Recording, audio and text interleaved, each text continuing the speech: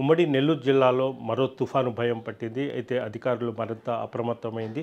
తుఫాన్ దూసుకొస్తుంది. ఈ నెల 29 కల్లా తీరం దాటే సమయంలో భారీగా నష్టం వాటిల్లే ప్రమాదం ఉందంటూ కూడా అధికారులు అప్రమత్తం చేశారు. అయితే సముద్ర తీర ప్రాంతాల్లో ఎవరిని అప్రమత్తం చేయడంతో పాటు సముద్రంలోకి ఎవరు చేపల వేటకి వెళ్ళొద్దంటూ కూడా ఆదేశాలు జారీ చేయడం జరిగింది.